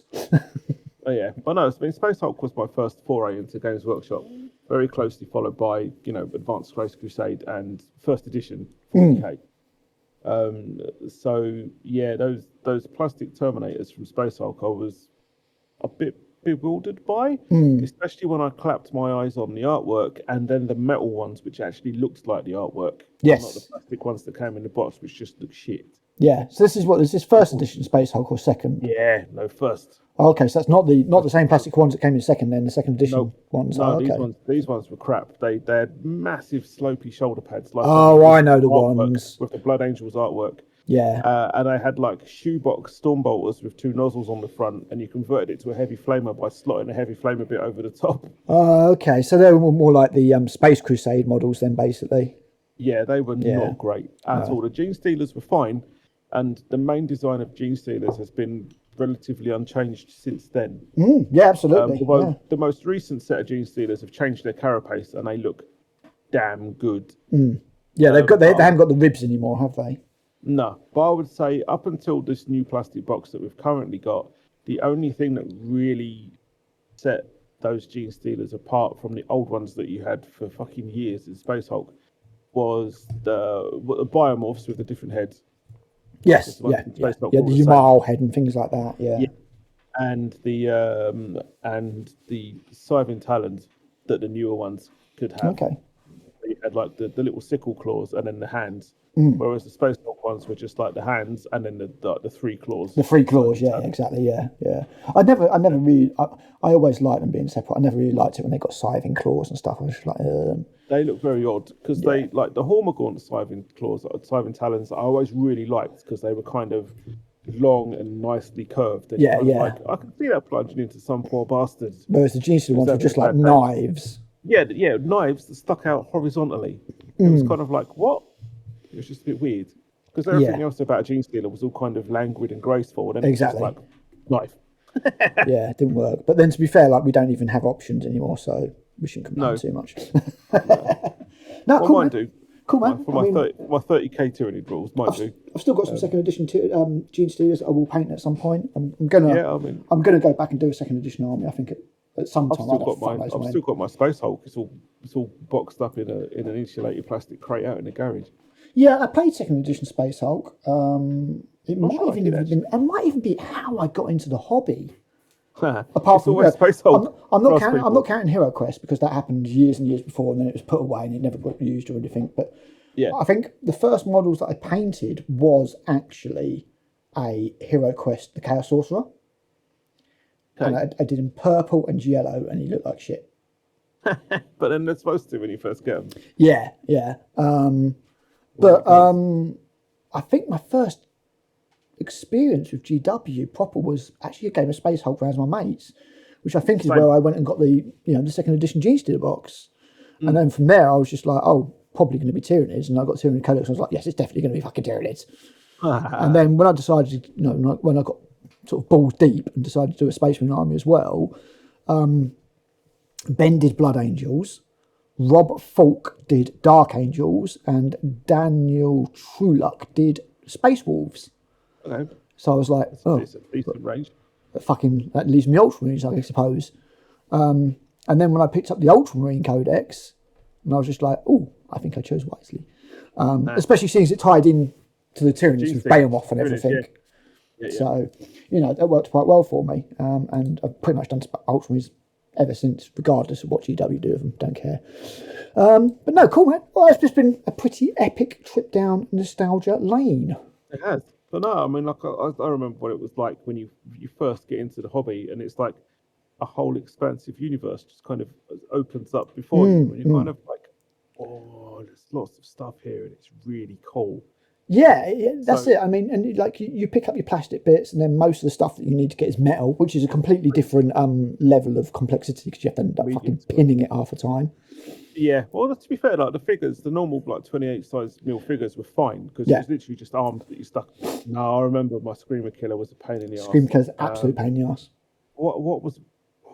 There was one thing that I put together, and it was an absolute prick. It might be my Screamer Killer that I'm thinking of, the old metal one. Yeah. Put it in a long sock and kill someone with it. Yep, that and the Chaos Dreadnought. Yeah, that was it. Chaos Dreadnought in a long sock. Yeah. Applied to cheetah liberally. Yes, exactly. Yeah. I remember. Applied to cheetah's testicles and pulverised them. Yeah. So yeah, Terminators and Gene Stealers are still they still have like a special place in my heart. Oh, they've endured, man, and that's why I'm so gutted that we're not getting Space Hulk, because we've had new Gene Stealers and we've had new Terminators. Yeah. So where the fuck is Space Hulk? I'm going to do a little video on it called Space Hulk Part 2. Space Hulk. Yep, Space Hulk Part 2. I've already done Space Hulk Part 1. Yeah, but this is the 35th. This is the 35th anniversary. If they're going to do it, do it now. It might be in 5 years then. You never know. Exactly, and in 5 years, and might be dead by then. True. But yeah, so yeah, I'm a little bit grumpy and grognardish about that because Space Hulk is one of those things that's just always great, and it's not a particularly complex game, so they could release it and not scare off little Jimmy. So I'm not sure why they're not, but no, it's been awesome, man. Right, have you got enough time for an operation of Space Marine 2? Yeah, we'll get one done, I think. Fantastic. I'll honestly put them in my chair. Awesome. Let's go get those purple armory data. We can do that. Maybe. Right, cool. Thanks for tuning in, guys. We will catch you next time around. Bye. Cheerio.